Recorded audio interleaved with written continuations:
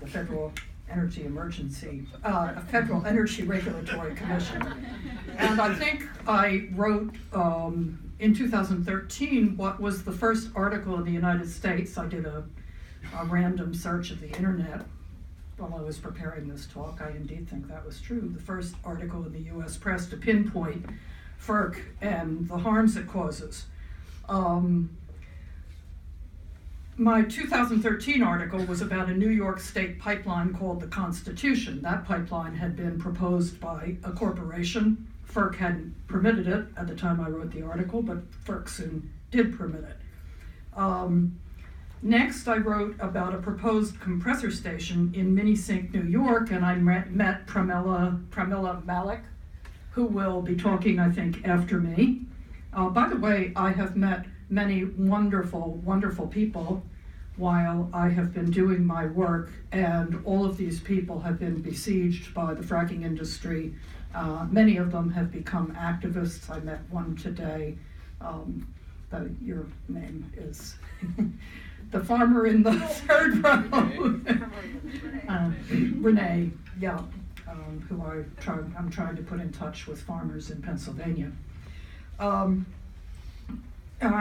any case, that compressor station was opposed by the entire population, well, most of the population of Minisink.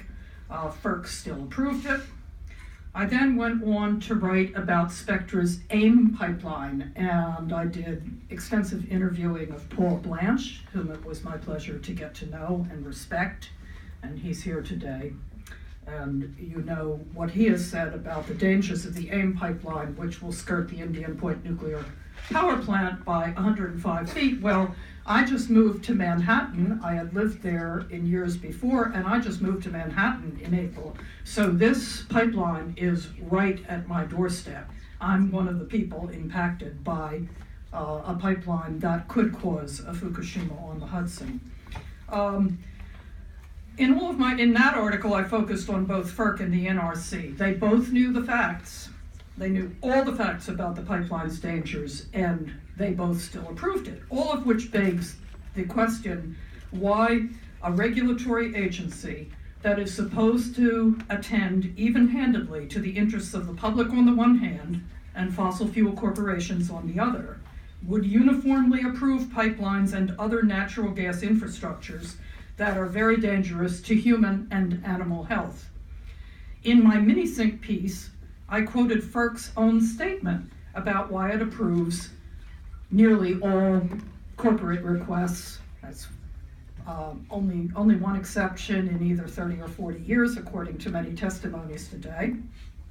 And in 2012, in December, after approving a pipeline in southern New York State, FERC commissioners wrote, quote, listen carefully, folks, this is going to really entertain you.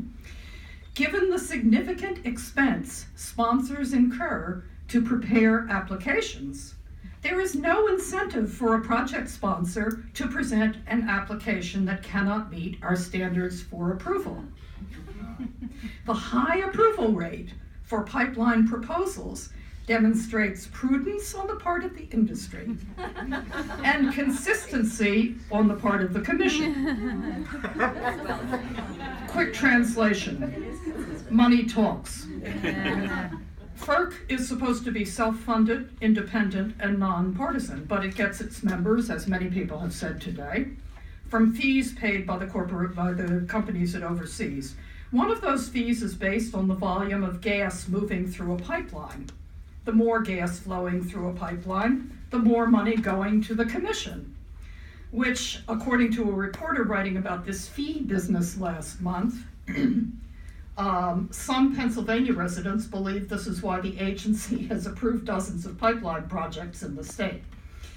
Well, we don't know that. You can just take this business of fees for what it's worth. So after their FERC tenure, many commissioners moved to positions with fossil fuel corporations. A lot of people have talked about this. I'm not going to go into it.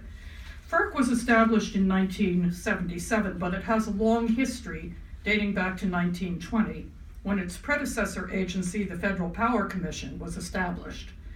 FERC's importance was flagged by the 2005 Energy Act, which was drafted under the aegis of then Vice President Dick Cheney. The 2005 Act gave FERC greatly expanded powers.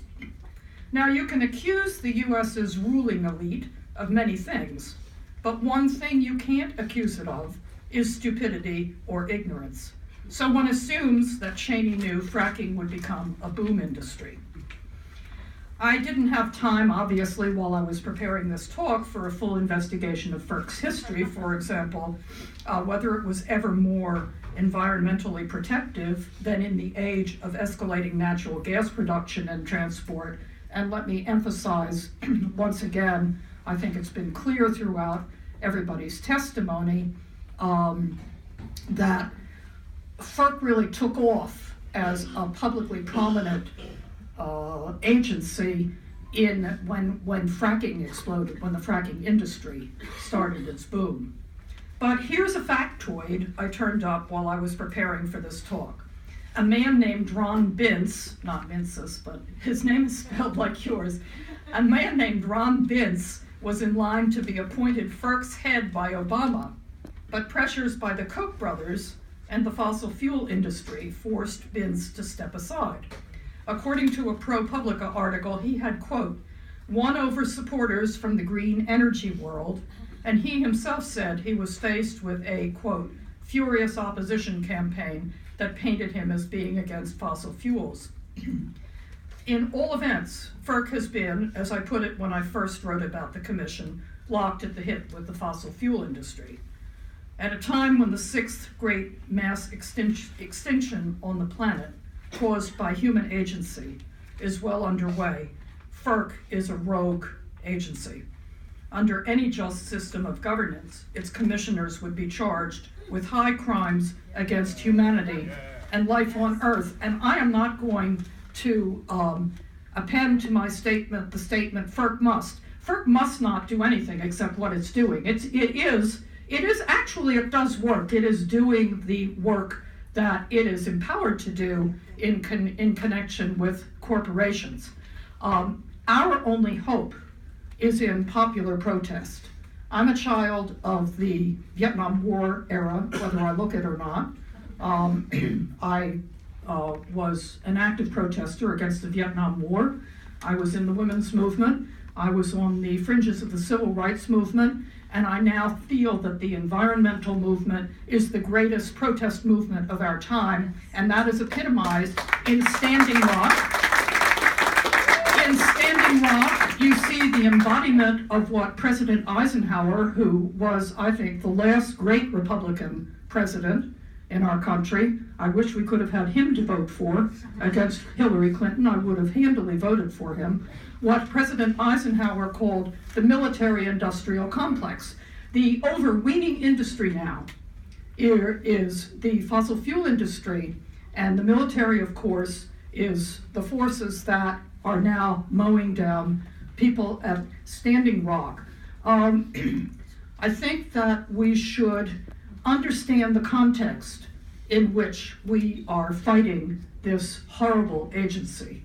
And that context is the transformation of the United States into, and this is the industrial side of the military-industrial complex, into a fossil fuel, into an oil, gas producing country. I'm searching for the word, I'm not finding it, that's okay. I'm old, I'm permitted that.